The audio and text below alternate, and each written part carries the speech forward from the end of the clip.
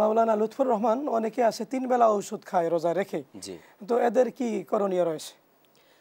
বিশেষ করে যারা বিভিন্ন অসুস্থতার কারণে সারা বছরই ওষুধ খেতে হয়, যাদের রমজান আসলে তারা এই বিষয় নিয়ে দ্বিধাদ্বন্দ্বে পড়ে যায় এবং তারা ভাবতে থাকে যে রোজা রাখার তো আমার ইচ্ছা আছে, কিন্তু 3 বেলা যেহেতু আমাকে ওষুধ সেবন করতে হবে, তাহলে আমি এখন কি করব? এবং এই বিষয় নিয়ে বিভিন্ন মুফতি সাহেবের কাছে তারা ছুটোছুটি করতে থাকে।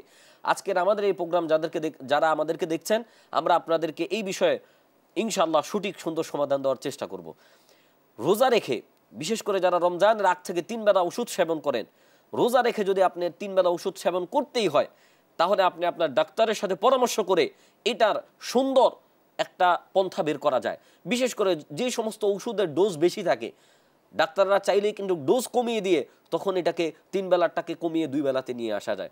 এবং যদি কোনো কারণে 3 বেলাই ওষুধ সেবন করতে হয়, তাহলে সেই ক্ষেত্রে আমরা ইফতারির পরে এবং রাত্রি যখন আমরা খাবার খাবো তখন আমরা আরেকবার ওষুধ নিতে পারি, এবং ভোর রাত্রে আমাদের সেহরির সময় আমরা আরেকবার ওষুধ নিতে পারি।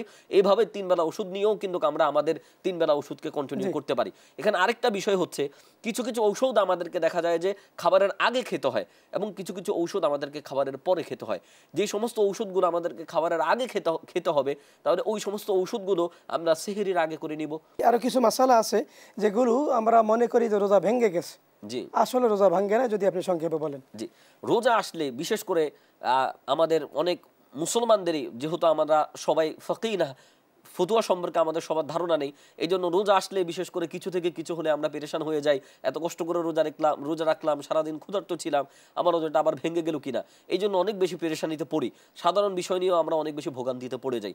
এমন কিছু মাসালা আছে যেগুলো অতি সাধারণ, যেগুলোতে রোজা ভাঙে না, অথচ আমরা মনে করি যে রোজা ভেঙে যাচ্ছে। যেমন তার মধ্যে কয়েকটা বিষয়, যদি কোনো প্রাপ্তবয়স্ক কোনো ব্যক্তির স্বপ্নদোষ হয়, তখন সে মনে করা হয়তো তার রোজা ভেঙে গেছে। স্বপ্নদোষ হলে আমাদের রোজা ভাঙে না, এই বিষয় নিয়ে আমাদের কোনো দুশ্চিন্তার কোনো কারণ নেই। কোনো কারণে যদি আমাকে ইনজেকশন দিতে হয়, ইমার্জেন্সি কারণ, আমি ওষুধ খেয়ে আমার সময় লেগে যাবে, ইনজেকশন দিয়ে আমাকে তাড়াতাড়ি সুস্থ হতে হবে, এই ক্ষেত্রে আমরা ইনজেকশন দিতে পারবো। কারণ ইনজেকশন দেওয়া হয় আমাদের শিরাতে, যেটা আমাদের অনেক সময় মাংসপেশিতে দেওয়া হয়, চামড়ার নিচে দেওয়া হয়, এটা আমাদের পাকস্থলিতে যায় না, বিদায় ইনজেকশনের দ্বারা আমাদের রোজা ভঙ্গ হবে না। এমন আরো কয়েকটা বিষয় আছে, যেমন আমরা যদি রোজা রেখে স্যালাইন গ্রহণ করি তাহলেও আমাদের কোনো সমস্যা হবে না, যেটা আমাদের শিরাতে দেওয়া হয়।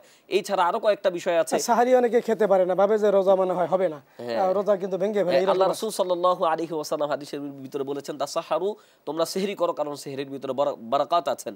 এই জন্য আমরা সেহরি করব, কিন্তু যদি কোনো কারণে আমি সেহরি না করতে পারি, তাহলে সংশয়ের কোনো কারণ নেই, ইনশাআল্লাহ আমার রোজা হয়ে যাবে। এই বিষয় নিয়ে আমাদের কোনো দুটা নাই। শুকরিয়া মাওলানা লুৎফর রহমান, চমৎকার আলোচনা করেছেন, আপনাকে ধন্যবাদ।